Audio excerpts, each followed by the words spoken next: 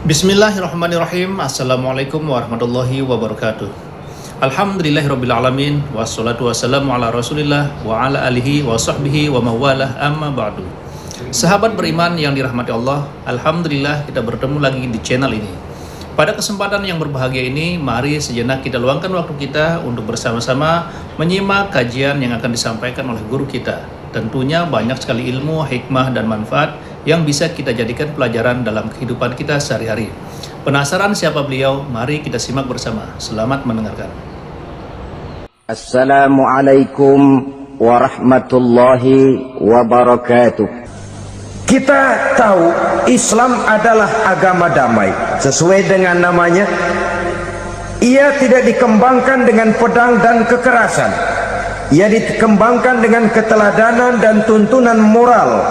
Oleh karena Islam bukan agama kekerasan, Islam pun tidak mementingkan dan mengajarkan kekerasan kecuali dengan alasan yang benar dan bisa dipertanggungjawabkan. Membunuh dengan sengaja, menghilangkan nyawa orang lain tanpa alasan yang bisa dibenarkan adalah merupakan dosa besar dan satu di antara 7 perkara yang bisa mendatangkan kerusakan dalam kehidupan dan yang hendaknya harus kita jauhi. Saudara-saudara kaum muslimin rahimakumullah, beberapa waktu yang lalu di sebuah kota kecil yang indah bernama New Auckland. Saudara tahu New Auckland? Tuh dari Gunung Kidul masih ngidul lagi. Pernah diadakan satu seminar yang membicarakan bagaimana menyelamatkan masyarakat manusia dari bahaya Perang Dunia Ketiga. Diperkirakan kalau terjadi Perang Dunia Ketiga, manusia tidak akan tersisa. Sebab apa? Pada waktu itu cadangan nuklir yang dimiliki oleh bersama Amerika dan Rusia konon sudah sanggup memusnahkan 6 miliar manusia pada saat jumlah manusia baru 5 miliar. Jadi kelebihan nuklir dunia ini. Kalau terjadi Perang Dunia Ketiga, sulit manusia untuk tersisa. Maka dibahaslah di dalam seminar itu, wah, supaya tidak terjadi Perang Dunia Ketiga, maka perlombaan membuat senjata-senjata canggih, alat-alat pembunuh modern harus segera dibatasi. Dibahas, tidak mungkin kita membatasi perlombaan membuat senjata. Kenapa? Makin maju ilmu dan teknologi, makin canggih senjata yang ditemukan. Atom sudah meningkat menjadi nuklir, nuklir sudah meningkat menjadi neutron, dan kita tahu bom yang bernama neutron ini bom yang cukup membunuh tanpa perlu merusak. Artinya kalau dia diledakkan di kota kita ini, bangunan utuh, jembatan tidak ambruk, rumah-rumah tetap berdiri, tapi semua yang bernama hidup mati. Itu katanya lebih sopan dari bom atom. Sebab kalau si atom ini sudah membunuh, merusak pula. Neutron cukup membunuh saja tanpa perlu merusak. Jadi majunya senjata-senjata teknologi sebagai akibat yang logis dari kemajuan ilmu pengetahuan ini tidak bisa kita batasi. Dan memang sebenarnya yang bahaya bukan senjatanya, tapi manusia yang mengendalikan senjata itu. Mereka kembali kepada prinsip the man behind the gun. Bukan senjatanya yang bahaya, tapi manusia yang mengendalikan senjata itu yang bahaya. Walaupun senjatanya modern, katakanlah model M16 umpamanya, kalau yang mengendalikannya orang beriman, insya Allah aman. Tapi biar megang cuma senapan angin, kalau yang megang orang brutal, ngeri kita deket-deket. Apalagi kalau memang bukan ahlinya menggunakan senjata, bisa ngeker kaki kena jidat.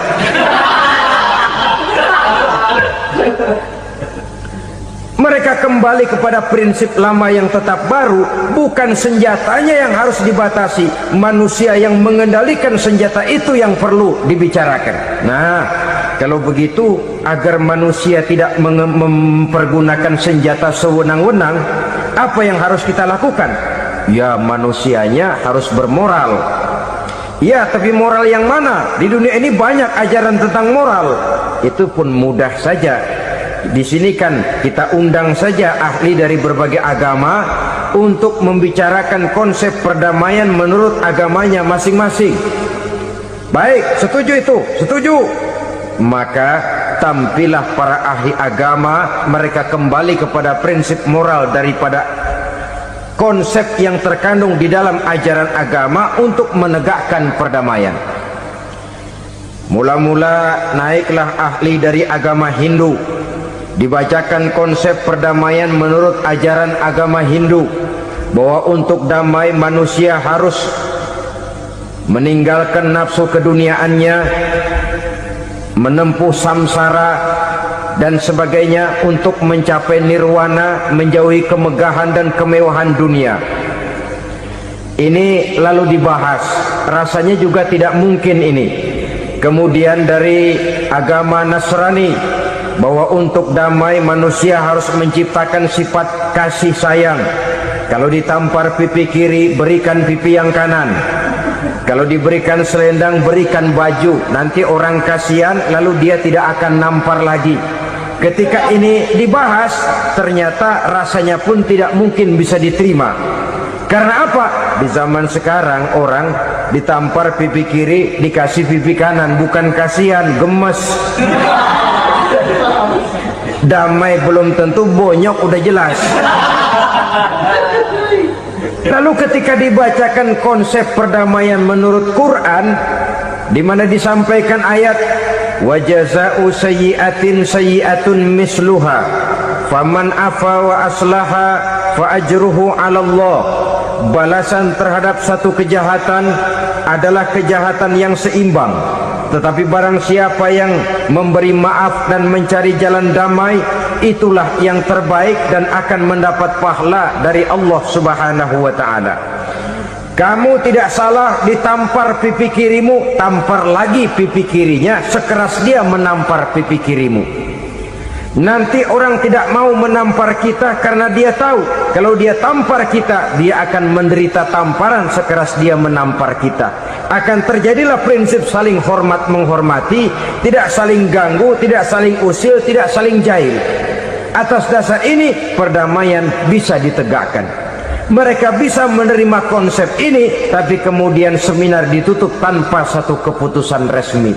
Kenapa? Terus terang mereka kagum dengan konsep Islam, tapi sentimen lama terhadap nilai-nilai Islam telah menutup mata mereka untuk menerima kebenaran dari ajaran Al-Quranul Karim. Saudara-saudara kaum muslimin rahimakumullah, kembali kita kepada persoalan pokok. Roh adalah dari Allah, dia akan kembali kepada Allah, milik mutlak dari Allah. Tidak pantas kita merampasnya dari orang lain. Tidak wajar kita menghilangkannya tanpa alasan yang dibenarkan oleh agama. Di zaman sekarang, akibat persaingan hidup yang makin tajam, lapangan kerja yang makin sulit, tensi ekonomi yang makin tinggi, atau karena nilai moral yang makin rendah, atau juga karena rapuhnya pegangan orang kepada agama, nyawa rasanya sudah sedemikian murahnya. Berbagai kasus membuat berdiri bulu roma kita. Ada mayit, ada manusia dipotong 6, dicincang macam kambing. Ada yang dipotong 5, ada yang dipotong 13, dikardusin, dibuang ke tempat sampah. Inna lillahi wa inna ilaihi raji'un. Gejala apa ini? Kanibalisme. Manusia sudah demikian sadisnya, manusia sudah sedemikian buasnya, sehingga sesama manusia diperlakukan seperti hewan. Padahal hewan sendiri belum pernah macan makan macan, bagaimanapun buasnya macan. Belum pernah serigala memakan serigala, bagaimanapun brutalnya serigala. Tetapi manusia makan manusia di zaman sekarang kadang jadi kenyataan dalam kehidupan kita. Kadang persoalannya remeh saja. soal uang 200 perak, pisau bicara nyawa melayang. Soal rokok sebatang, celurit bicara nyawa melayang. Soal-soal yang sama sekali tidak prinsip, begitu mudah kita menghilangkan nyawa orang lain. Padahal Nabi pernah memperingatkan, apabila dua orang muslim sudah berkelahi dan berbunuh-bunuhan, al-qatil wal maktul finnar, yang membunuh dan yang terbunuh dua-duanya neraka. Sahabat heran, ya Rasul, kalau yang terbunuh, kalau yang membunuh masuk neraka itu sih wajar, tapi yang terbunuh kenapa neraka juga? Beliau menjawab, dua-duanya sudah punya niat untuk saling membunuh. Niatnya itu yang diponten. Yang terbunuh cuman lagi apes aja, keduluan dia. Umpama tidak terbunuh, pasti dia yang akan membunuh. Oleh karenanya al-qatil wal maktul, yang membunuh dan yang dibunuh finnar, dua-duanya masuk ke dalam neraka. Islam menghormati kehidupan, tidak hanya terbatas kepada sesama muslim, orang-orang yang berlainan agama pun yang mau hidup berukun, damai, berdampingan dengan umat Islam, jiwa mereka, darah mereka dilindungi oleh nilai-nilai Islam yang disebut dengan kafir zimmi ini. Mengganggu mereka sama saja dengan mengganggu aku, kata Nabi. Jadi oleh karena itu, sayangilah sesama. Kehidupan adalah anugerah Allah, bukan wewenang kita untuk mencabutnya dari orang lain, bukan wewenang kita untuk merampas dan menghilangkannya dari orang lain. Apa yang tidak enak terjadi pada diri kita, begitu pula lah apabila terjadi pada diri orang lain. Sehingga Nabi mengatakan, la yu'minu ahadukum hatta yuhibba li akhihi ma yuhibbu li nafsihi. Belum dikatakan beriman seseorang kamu apabila dia belum mencintai saudaranya seperti ia mencintai dirinya sendiri. Apa yang enak dirasakan oleh orang lain, enak juga dirasakan oleh dia. Mengukur orang lain dengan diri sendiri. Kalau orang lain tanpa salah saya fitnah, kalau saya tanpa salah difitnah orang, enak apa enggak? Enggak, orang lain juga begitu. Kalau orang lain tanpa salah saya tempeleng kepalanya, enak apa tidak? Tidak. Orang lain juga begitu. Yang tidak enak terjadi pada diri kita, tentu tidak enak juga kalau terjadi pada orang lain. Mengukur orang lain dengan diri sendiri, sehingga tidak timbul sifat egois, tidak menari di atas bangkai orang lain, tidak mendirikan kebahagiaan di atas untayan air mata orang lain.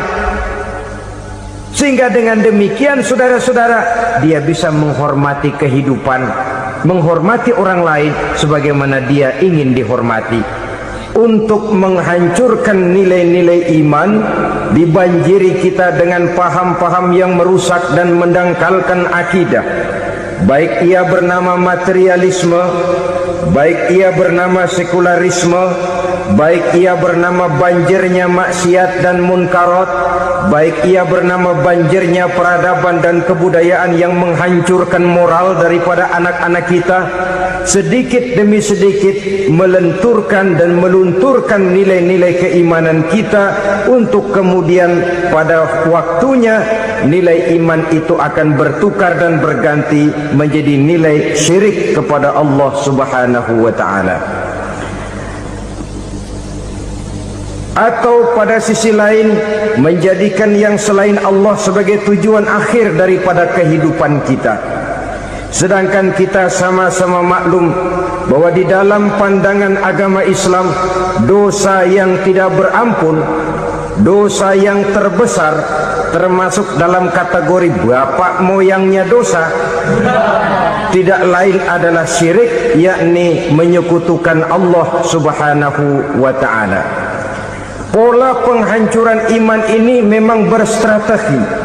Ditawarkan kita kepada paham materialisme, paham kebendaan, di mana otak menempati urutan sebagai ranking pertama, Tuhan jatuh pada urutan kedua. Lalu menyusul kepada paham sekularisme, Allah dipisahkan dari seluruh kegiatan hidup ini. untuk pada gilirannya menjadikan yang selain Allah sebagai tujuan akhir daripada seluruh kegiatan hidup kita.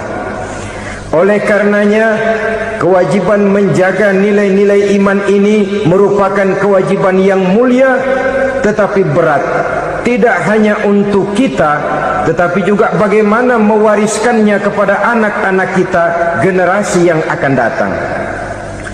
Orang-orang tua bijaksana yang diceritakan di dalam Al-Quran, kalau sudah berpikir tentang anak-anaknya, pertanyaan yang paling mereka risaukan ialah ma ta'buduna min ba'di. Anakku, kalau pada satu saat aku, ayahmu sudah tidak ada lagi di dunia ini, meninggalkan kamu semua, ma ta'buduna min ba'di, apa yang akan kamu sembah nak?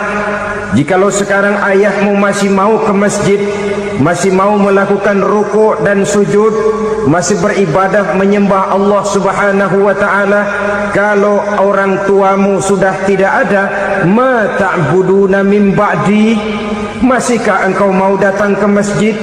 Masihkah engkau mau rukuk dan sujud? Masihkah engkau mau menyembah Allah Subhanahu wa taala? Pertanyaan ini yang dipikirkan oleh Nabi Yakub kepada putra-putranya.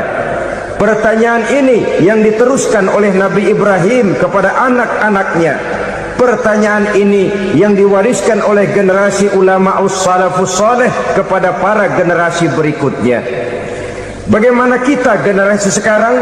Kita orang-orang tua sekarang bukan berfikir ma ta'buduna min ba'di, malah yang kita fikirkan ma ta'kuluna min ba'di. Kalau bapak tidak ada nanti kamu makan apa nak? Perkara kamu nyembah apa? Urusan nomor 18. Yang penting kamu nanti hidup bisa makan nak. Maka kita sibuk mewariskan harta kepada anak-anak kita. Kita sibuk mewariskan kebun dan tanah kepada anak-anak kita. Kita sibuk mewariskan pabrik kepada anak-anak kita, sementara kita lupa mewariskan intan yang paling mahal, mewariskan mutiara yang paling berharga, yaitu nilai iman kepada Allah Subhanahu wa taala. Alangkah baiknya apabila warisan harta, warisan tanah dan kebun, warisan rumah dan pabrik didasari lebih dahulu dengan mewariskan nilai iman kepada Allah Subhanahu wa taala. Sebagai orang-orang tua, kita boleh bersedih kalau anak kita tidak mengerti komputer. Kita boleh bersedih kalau anak kita tidak mengerti matematika. Kita boleh bersedih kalau anak kita tidak mengerti bahasa Inggris. Tapi sewajarnya lebih bersedihlah kita orang tua jikalau mempunyai anak yang tidak kenal Allah sebagai Tuhannya, yang kemudian tidak mau rukuk dan sujud kepada Allah Tuhannya. Itulah kemalangan yang paling malang bila kita meninggalkan generasi yang tidak bertauhid kepada Allah Subhanahu wa taala. Betapapun anak kita tidak ngerti komputer, saudara, paling-paling kerugiannya cuma kerugian dunia. Masuk dia ke alam barzakh, munkar nakir tidak akan sempat tanya kau belajar komputer apa tidak. Kumpul dia di padang mahsyar, malaikat juga tidak akan tanya matematikamu nilainya berapa. Yang ditanya kau kenal Allah, kau rukuk dan sujud kepadanya, kau pernah datang ke masjid.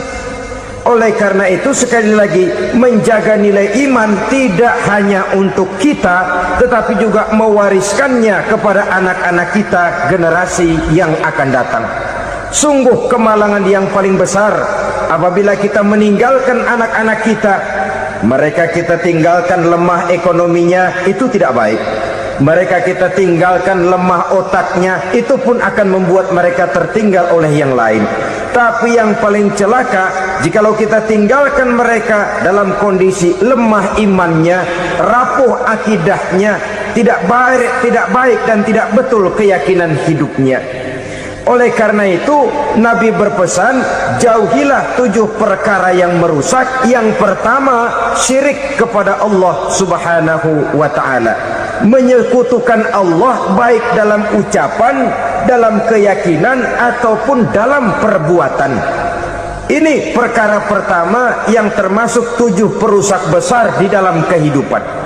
Kalau sudah jatuh kita ke lembah syirik, bagaimanapun banyak kebaikan yang kita kerjakan, berjiwa sosial, bertangan pemurah, gemar menolong orang lain, kalau memang dasarnya syirik, maka seluruh kebaikan kita akan hancur, tidak akan ada nilainya dalam pandangan Allah Subhanahu wa ta'ala. Dalam pandangan manusia mungkin kita dicatat sebagai orang sosial, gemar menolong orang lain, tidak berpangku tangan melihat orang yang mendapat kesulitan. Tapi oleh karena dasarnya syirik, dasarnya tidak mentauhidkan Allah, maka seluruh nilai kebaikan yang kita kerjakan tidak akan ada nilainya dalam pandangan Allah Subhanahu wa ta'ala. Maka jagalah iman kita, jangan sampai dihinggapi penyakit syirik yang bagaimana kecilnya sekalipun. Sekali lagi, baik syirik dalam bentuk ucapan, syirik dalam bentuk keyakinan, sampai kepada syirik dalam bentuk perbuatan, kita berhindar kepada sifat-sifat yang sedemikian itu. Karena apa? Dalam satu ayat Quran Allah Subhanahu wa ta'ala menjelaskan, innallaha la yaghfiru ayyushraka bih wa yaghfiru ma duna dzalika liman yasha. Allah tidak akan memberi ampun kepada orang-orang yang menyekutukannya, tapi Allah masih mau memberikan ampun kepada dosa-dosa yang selain itu bagi orang-orang yang dikehendakinya. Dosa selain syirik, apabila kita bertaubat, Allah masih mau mengampuni. Tapi kalau sudah jatuh ke tempat syirik, itu sudah dosa yang tidak berampun. Taubatnya tidak lain melepas syirik, kembali kepada tauhid, berkeyakinan bahwa hanya ada Allah Subhanahu wa ta'ala, Tuhan satu-satunya, yang lam yalid walam yulad walam yakul lahu kufuwan ahad. Tidak beranak, tidak pula diperanakkan, dan tidak satupun yang dapat menyerupai Tuhan Allah Subhanahu wa ta'ala. Saudara-saudara kaum muslimin rahimakumullah, bahwa kita di zaman sekarang memang tidak menyembah berhala, ya. Bahwa kita tidak berterang-terangan mengatakan Tuhan lebih dari satu, memang. Bahwa kita tidak berkeyakinan Tuhan itu punya anak atau diperanakkan, tentu. Tapi dalam perbuatan dan i'tiqad, kita kadang-kadang jatuh tanpa kita sadari ke tempat yang bernama syirik ini. Oleh karenanya, di zaman di mana teknologi makin canggih, di mana kemajuan pembangunan makin menjangkau berbagai aspek kehidupan, diperlukan keseimbangan antara kemajuan fisik material dengan kemajuan mental spiritual. Apabila tidak ada keseimbangan, yang terwujud tentulah kepincangan, yang diawali dengan pincangnya cara kita berpikir, sehingga pada akhirnya akan mengarah kepada pincangnya cara kita berbuat dan bertindak di dalam kehidupan kita. Oleh karena itu Nabi berpesan, jauhilah sifat syirik, karena syirik merupakan dosa yang teramat besar. Ini sifat merusak yang pertama. Yang kedua, kata Nabi, wasihra, jauhilah sihir. Sihir ini juga termasuk perkara yang merusak kehidupan. Kita semua sama-sama maklum bahwa sihir sebenarnya bukan persoalan baru. Sejak sebelum datang Islam, sihir itu sudah ada. Di zaman Yunani kuno, sihir ada.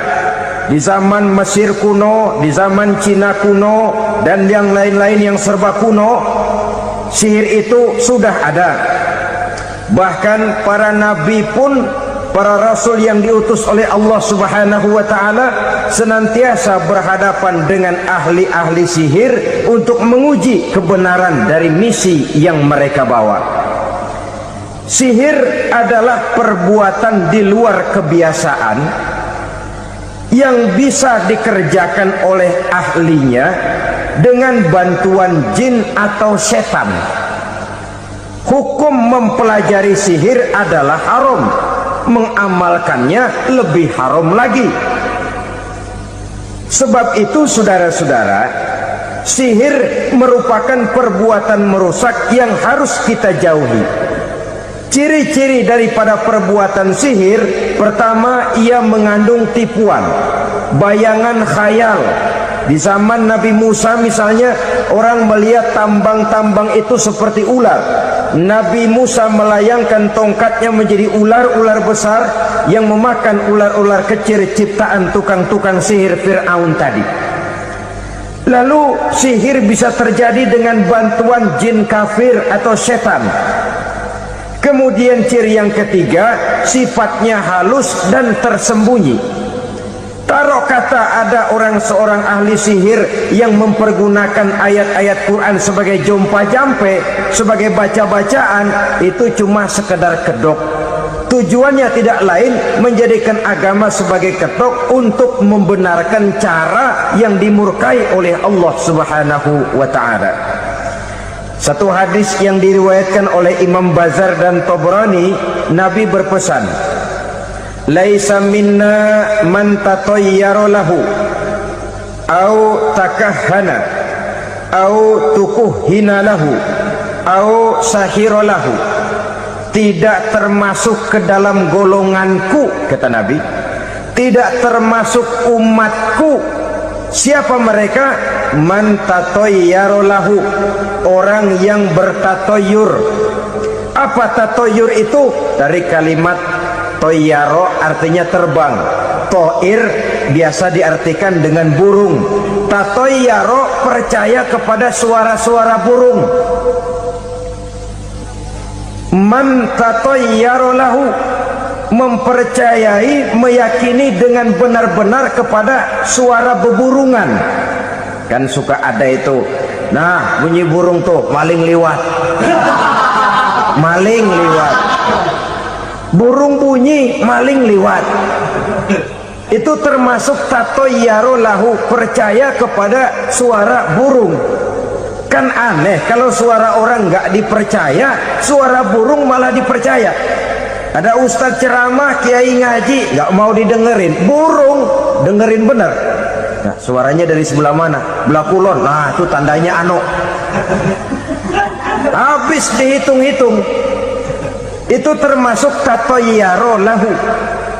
Au takahana, atau bertenung, au tukuhina, atau minta ditenungkan, au sahirolahu, atau melakukan perbuatan sihir atau minta disihirkan. Laisa minna, tidak termasuk ke dalam golonganku, kata Nabi. Masya Allah, sangat luar biasa kajian yang sudah disampaikan oleh guru kita. Sahabat beriman yang dirahmati Allah, tetaplah di channel ini karena kajian ini belum selesai dan masih banyak lagi hal-hal menarik yang akan disampaikan oleh beliau. Tetaplah di channel ini dan mari kita lanjutkan kembali. Selamat mendengarkan. Sehingga dengan demikian, saudara-saudara, menghadapi sihir dengan sihir sekalipun termasuk perbuatan yang tidak diajarkan oleh agama. Kita kan mempelajari sihir untuk jaga diri, tidak apa-apa. Yang dilarang mengamalkannya, dilarang juga mempelajarinya. Sebab orang kalau sudah mengetahui, biasanya lalu terangsang untuk mencoba. Kalau percobaannya berhasil, biasanya terangsang untuk coba lagi dan coba lagi. Pada akhirnya ketagihan, lalu beralih menjadi profesi, apalagi itu nanti bisa mendatangkan hasil uang. Saudara-saudara kaum muslimin rahimakumullah, kita manusia makhluk nyata, kita hidup di alam nyata, terikat oleh sunnatullah, causality. Oleh karenanya, bagi kita keyakinan yang penuh, keikhlasan di dalam bertuhankan Allah, penyerahan diri sepenuhnya hanya kepadanya, itu sudah merupakan obat penangkal yang sangat ampuh agar kita tidak terkena penyakit-penyakit yang dibuat oleh setan dan para pembantunya. Sehingga beberapa ayat Quran mengajarkan, misalnya a'udzu bikalimatillahi tammati min syarri ma khalaq, atau bismillazi la yadurru ma'asmihi syai'un fil ardi wala fis sama, dengan menyebut nama Allah yang tidak bisa mendatangkan bahaya sedikit pun, dari baik yang datang dari langit maupun yang datang dari bumi. Jiwa yang kosong dari keyakinan yang penuh kepada Allah, jiwa yang penuh was-was dan ragu-ragu, itu yang mudah terserang oleh penyakit-penyakit yang dikerjakan oleh para tukang-tukang sihir, yaitu oleh setan dan seluruh para pembantunya. Kemudian hadis kedua yang diriwayatkan oleh Imam Ibnu Hibban, Nabi bersabda, la yadkhulul jannata mudminu khamrin wala mu'minu bisihrin wala qati'ur rahmin. Tidak masuk surga. Ini Nabi yang bilang, tidak masuk surga. Siapa itu? Pertama, mudminu khamrin, orang yang berkekalan dalam mabuk. Selalu mudminun itu sudah menjadi perbuatan rutinnya, tidak kapok-kapoknya, teler seumur hidup. Mudminu khamrin, tidak masuk surga orang yang selalu bermabuk-mabukan. Yang kedua, wala mu'minu bisihrin, orang mukmin tapi main sihir. Ini juga oleh Nabi diperingatkan, tidak akan masuk surga orang mukmin tapi suka main sihir. Wala qati'ur rahmin, dan tidak juga orang yang memutuskan silaturahmi. Tiga macam manusia yang diperingatkan Nabi tidak akan masuk surga: orang yang selalu mabuk, orang mukmin yang main sihir, dan orang yang memutuskan silaturahmi. Saudara-saudara kaum muslimin rahimakumullah. Lalu orang berkata, kenapa dilarang kita bersihir padahal Rasul sendiri kan punya mukjizat? Nah, kita memang harus membedakan antara mukjizat dengan sihir. Dalam kehidupan agama kita kenal ada yang namanya mukjizat, ada yang namanya karomah atau keramat biasa diucapkan, ada yang namanya maunah, ada yang namanya irhas, ada juga yang namanya sihir. Kesemuanya ini berbeda, saudara-saudara. Yang dinamakan mukjizat itu khusus untuk para rasul saja. Satu kejadian luar biasa yang terjadi dilakukan oleh Rasul atas izin dari Allah Subhanahu wa ta'ala. Perbedaannya dengan sihir jelas. Sihir dari setan, mukjizat dari Allah. Sihir bisa dipelajari, mukjizat tidak. Sihir umumnya untuk maksud-maksud yang tidak baik, sedangkan mukjizat untuk memperkuat kebenaran yang disampaikan oleh para rasul dan ditentang oleh umatnya. Bahkan kafir Quraisy dahulu menganggap orang-orang ahli sihir itu berada dalam satu posisi yang hina, sehingga mereka mengatakan dan menuduh Nabi Muhammad sebagai tukang sihir. Tuduhan sebagai tukang sihir adalah tuduhan yang sangat aib dan hina. Di tengah masyarakat kufar jahiliyah, kedudukan tukang sihir dipandang sebagai kedudukan yang hina, sehingga mereka mengejek Nabi dengan sebutan tukang sihir. Jadi mukjizat hanya untuk Rasul saja. Kemudian karomah. Karomah ini asal kata dari karoma, kehormatan, kemuliaan yang diberikan Allah kepada hamba-hambanya yang rajin mendekatkan diri kepadanya. Oleh karena ketekunannya melaksanakan ibadah, Allah memberikan keistimewaan kepada orang itu, yang dengan keistimewaannya dia bisa mengerjakan yang tidak bisa dikerjakan oleh orang lain. Karomah hanya bisa dicapai dengan prestasi ibadah. Kalau sihir, mau ibadah apa enggak, asal dia belajar, bersatu dan berteman dengan setan, memenuhi persyaratan-persyaratan setan, biasanya lalu bisa. Sedangkan karomah tidak mungkin terwujud tanpa orang mendekatkan diri sedekat-dekatnya kepada Allah Subhanahu wa ta'ala. Maka kita lihat biasanya orang-orang yang punya ilmu sihir, mukanya rata-rata nggak enak dilihat, kumuh, jauh dari air wudhu, jauh dari sujud kepada Allah, malah berteman dengan setan, menjadi pelayan-pelayannya setan. Saudara-saudara, adapun maunah, keistimewaan yang diberikan Allah kepada hamba-hambanya yang belum sampai kepada tingkat wali, tapi orang itu lebih banyak kebaikannya daripada kesalahannya.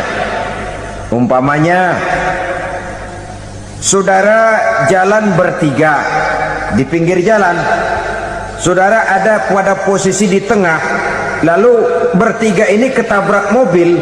Menurut perhitungan saudara mati lebih dahulu, tapi terjadi hal yang aneh, dua teman saudara mati, saudara malah cuma luka dan lecet sedikit saja. Apa itu? Kalau kita lebih banyak kebaikannya daripada kesalahannya, itu yang dinamakan maunah, pertolongan yang diberikan Allah kepada hamba-hambanya yang lebih banyak kebaikannya daripada kesalahannya. Sedangkan yang dinamakan irhas, kejadian luar biasa pada diri seseorang pada waktu dia masih kecil, yang menunjukkan tanda-tanda keistimewaannya. Itu umumnya pada para nabi pada usia kecilnya sudah ada irhas, tanda-tanda istimewa. Jelas baik mukjizat, karomah, maunah maupun irhas berbeda dengan sihir. Sihir ini jelas saja merupakan bantuan dan persekutuan antara manusia dengan setan. Padahal setan, kata Allah dalam Al-Quran, innahu lakum aduwwum mubin, sesungguhnya setan bagi kamu adalah musuh yang sangat jelas.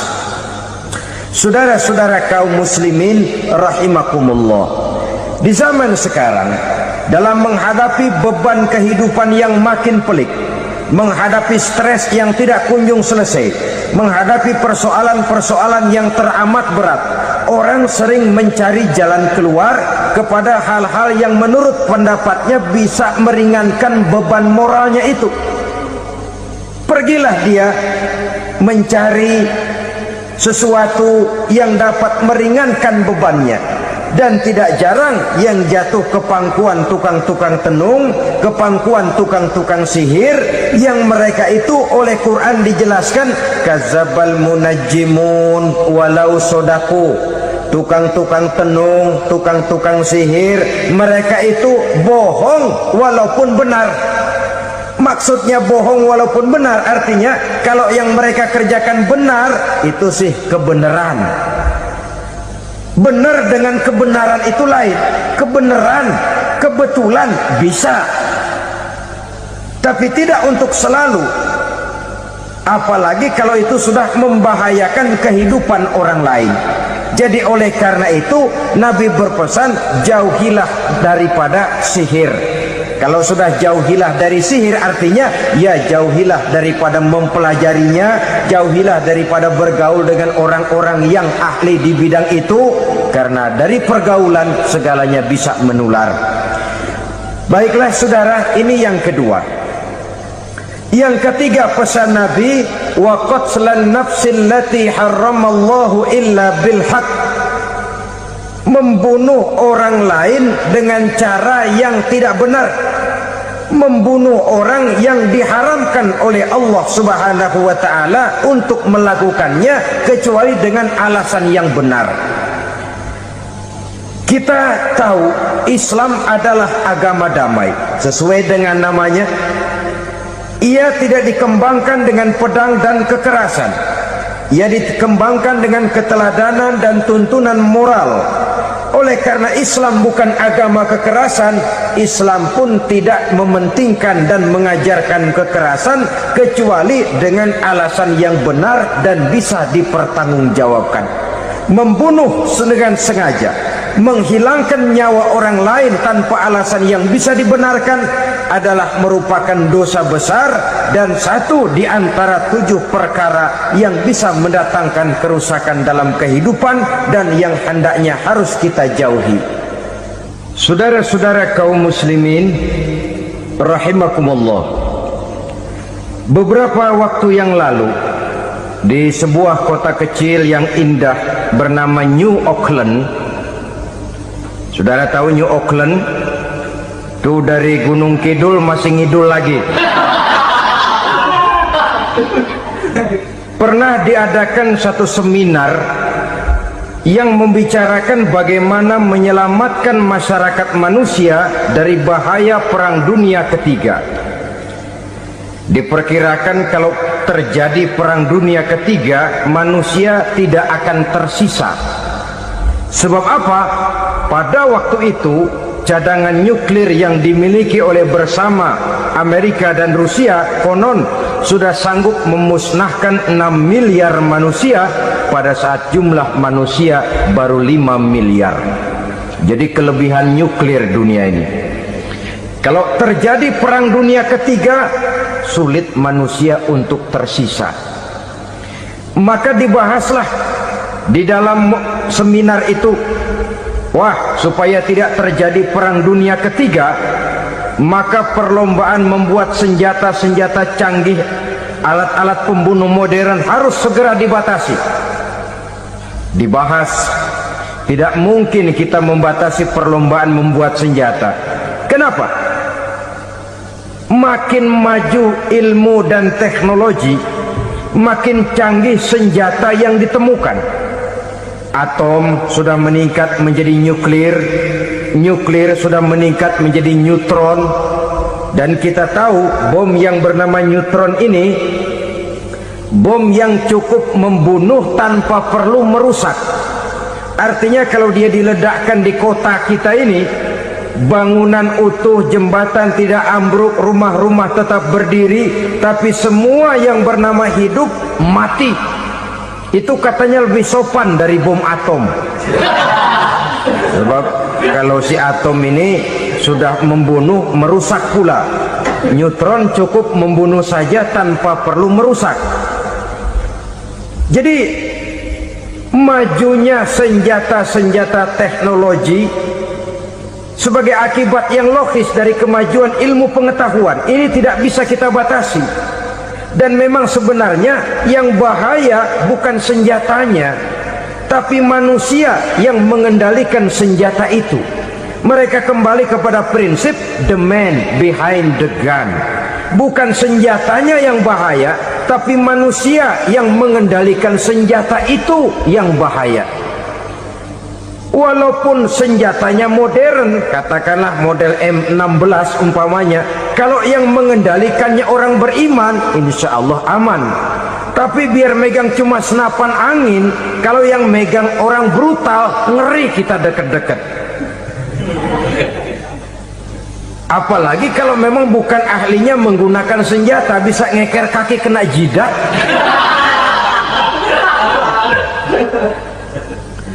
Mereka kembali kepada prinsip lama yang tetap baru. Bukan senjatanya yang harus dibatasi, manusia yang mengendalikan senjata itu yang perlu dibicarakan. Nah, kalau begitu, agar manusia tidak mempergunakan senjata sewenang-wenang, apa yang harus kita lakukan? Ya, manusianya harus bermoral. Ya, tapi moral yang mana? Di dunia ini banyak ajaran tentang moral. Itu pun mudah saja. Di sini kan kita undang saja ahli dari berbagai agama untuk membicarakan konsep perdamaian menurut agamanya masing-masing. Baik, setuju itu? Setuju.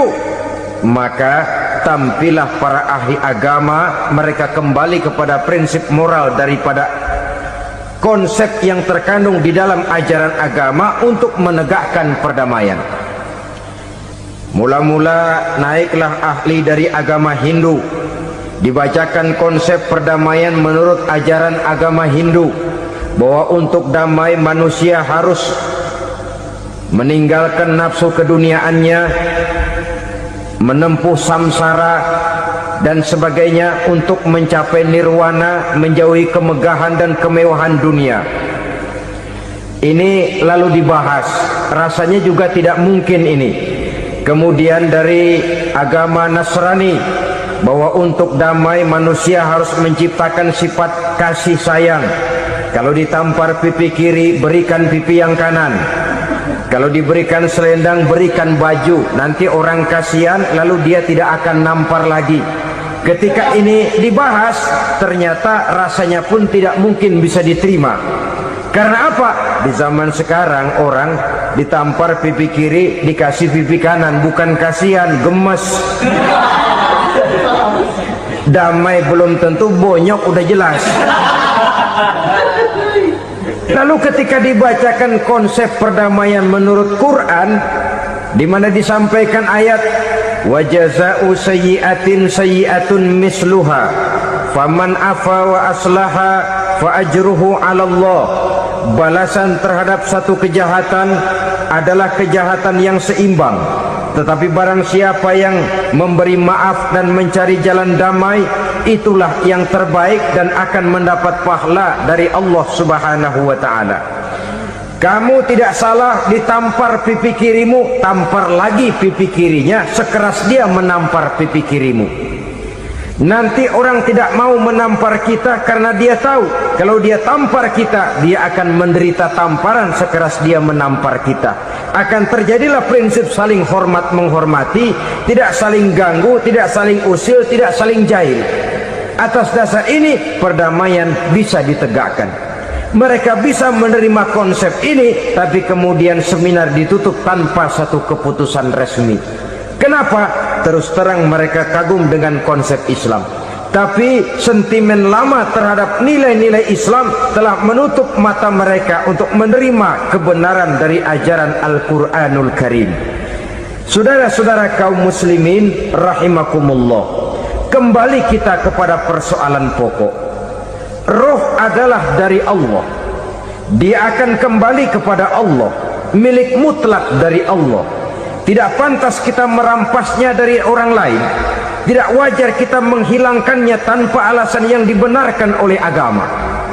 Di zaman sekarang, akibat persaingan hidup yang makin tajam, lapangan kerja yang makin sulit, tensi ekonomi yang makin tinggi, atau karena nilai moral yang makin rendah, atau juga karena rapuhnya pegangan orang kepada agama, nyawa rasanya sudah sedemikian murahnya. Berbagai kasus membuat berdiri bulu roma kita. Ada mayit, ada manusia dipotong 6, dicincang macam kambing. Ada yang dipotong 5, ada yang dipotong 13, dikardusin, dibuang ke tempat sampah. Inna lillahi wa inna ilaihi raji'un. Gejala apa ini? Kanibalisme. Manusia sudah demikian sadisnya, manusia sudah sedemikian buasnya, sehingga sesama manusia diperlakukan seperti hewan. Padahal hewan sendiri belum pernah macan makan macan, bagaimanapun buasnya macan. Belum pernah serigala memakan serigala, bagaimanapun brutalnya serigala. Tetapi manusia makan manusia di zaman sekarang kadang jadi kenyataan dalam kehidupan kita. Kadang persoalannya remeh saja, soal uang 200 perak, pisau bicara, nyawa melayang. Soal rokok sebatang, celurit bicara, nyawa melayang. Soal-soal yang sama sekali tidak prinsip, begitu mudah kita menghilangkan nyawa orang lain. Padahal Nabi pernah memperingatkan, apabila dua orang muslim sudah berkelahi dan berbunuh-bunuhan, al-qatil wal maqtul finnar, yang membunuh dan yang terbunuh dua-duanya neraka. Sahabat heran, ya Rasul, kalau yang terbunuh, kalau yang membunuh masuk neraka itu sih wajar, tapi yang terbunuh kenapa neraka juga? Beliau menjawab, dua-duanya sudah punya niat untuk saling membunuh. Niatnya itu yang diponten. Yang terbunuh cuman lagi apes aja, keduluan dia. Umpama tidak terbunuh, pasti dia yang akan membunuh. Oleh karenanya al-qatil wal maktul, yang membunuh dan yang dibunuh, finnar, dua-duanya masuk ke dalam neraka. Islam menghormati kehidupan, tidak hanya terbatas kepada sesama muslim, orang-orang yang berlainan agama pun yang mau hidup berukun, damai, berdampingan dengan umat Islam, jiwa mereka, darah mereka dilindungi oleh nilai-nilai Islam yang disebut dengan kafir zimmi ini. Mengganggu mereka sama saja dengan mengganggu aku, kata Nabi. Jadi oleh karena itu, sayangilah sesama. Kehidupan adalah anugerah Allah, bukan wewenang kita untuk mencabutnya dari orang lain, bukan wewenang kita untuk merampas dan menghilangkannya dari orang lain.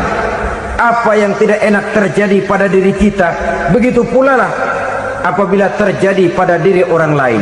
Sehingga Nabi mengatakan, la yu'minu ahadukum hatta yuhibba li akhihi ma yuhibbu li nafsihi. Belum dikatakan beriman seseorang kamu apabila dia belum mencintai saudaranya seperti ia mencintai dirinya sendiri. Apa yang enak dirasakan oleh orang lain, enak juga dirasakan oleh dia. Mengukur orang lain dengan diri sendiri. Kalau orang lain tanpa salah saya fitnah, kalau saya tanpa salah difitnah orang, enak apa enggak? Enggak, orang lain juga begitu. Kalau orang lain tanpa salah saya tempeleng kepalanya, enak apa tidak? Tidak. Orang lain juga begitu. Yang tidak enak terjadi pada diri kita, tentu tidak enak juga kalau terjadi pada orang lain. Mengukur orang lain dengan diri sendiri, sehingga tidak timbul sifat egois, tidak menari di atas bangkai orang lain, tidak mendirikan kebahagiaan di atas untayan air mata orang lain. Sehingga dengan demikian, saudara-saudara, dia bisa menghormati kehidupan, menghormati orang lain sebagaimana dia ingin dihormati. Inilah perbuatan ketiga yang merusak, membunuh orang lain dengan yang diharamkan Allah tanpa alasan yang benar. Yang ketiga.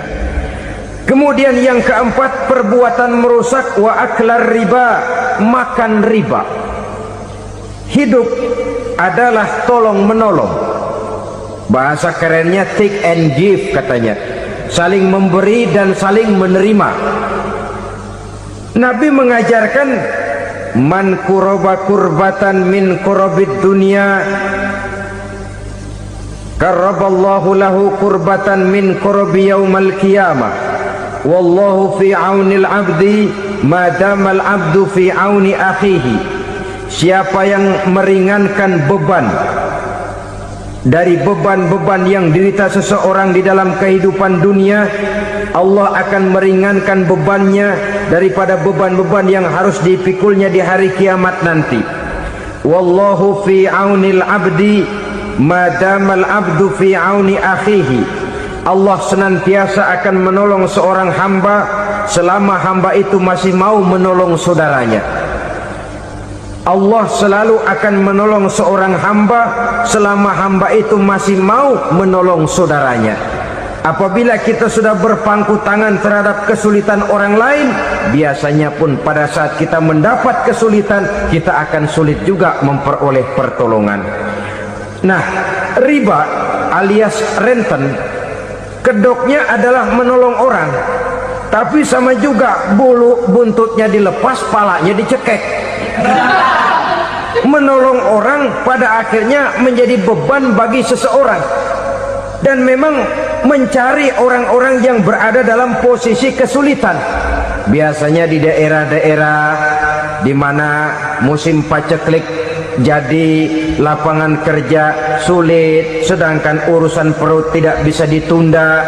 Akhirnya orang terjebak ke dalam rentenir, ke dalam riba, ke dalam renten.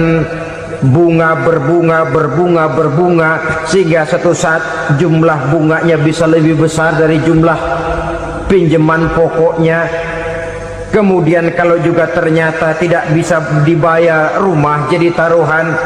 Memang rumah satu-satunya, begitu rumah ditarik mulain camping. Bukankah pada akhirnya akan mewariskan kesengsaraan? Oleh karena itu, kepada kita berusahalah jangan berhubungan dengan rentenir-rentenir, jangan makan renten dan riba. Kepada mereka yang melaksanakan riba, walaupun mendatangkan keuntungan materi, tapi percayalah harta yang didapat dengan jalan riba tidak akan membawa keberkahan. Manakala tidak membawa keberkahan, dia tidak akan mendatangkan ketenangan di dalam kehidupan kita. Oleh karenanya, memakan harta riba termasuk perbuatan yang merusak sendi-sendi kehidupan sosial, merusak kehidupan orang lain, merusak kehidupan masyarakat, tetangga, pergaulan, dan sebagainya. Yang kelima, wa akla malil yatim, memakan harta anak yatim dengan cara yang zalim. Nih, memang lezat. Anak yatim itu nggak tahu urusan apa-apa. Kita diamanahkan untuk mengurusinya. Kadang-kadang dibentuklah panitia penyantunan yatim piatu. Yatimnya mah tetap kelaparan, panitianya yang pada gendut. Alhamdulillahirrabbilalamin. Demikianlah kajian penuh ilmu, hikmah, dan manfaat yang sudah kita dengarkan bersama dari guru kita. Semoga kajian yang beliau sampaikan kepada kita semua menjadi ilmu yang bermanfaat dalam kehidupan kita sehari-hari, dan semoga kita semua bisa istiqomah dalam mengamalkannya. Amin ya rabbal alamin. Demikian yang dapat saya bagikan, kurang lebihnya mohon maaf. Sampai bertemu lagi di kajian berikutnya. Wabillahi taufiq wal hidayah, waridho wal inayah. Wassalamualaikum warahmatullahi wabarakatuh. Setelah kita mendengarkan bersama kajian yang sangat luar biasa dari guru kita, sekarang mari kita lanjutkan aktivitas kita masing-masing. Semoga kajian yang beliau sampaikan kepada kita semua menjadi ilmu yang bermanfaat dalam kehidupan kita sehari-hari, dan semoga kita semua bisa istiqomah dalam mengamalkannya. Amin ya rabbal alamin. Buat sahabat semua, saya ucapkan selamat beraktivitas dan sukses selalu. Sampai bertemu lagi di video berikutnya. Wassalamualaikum warahmatullahi wabarakatuh.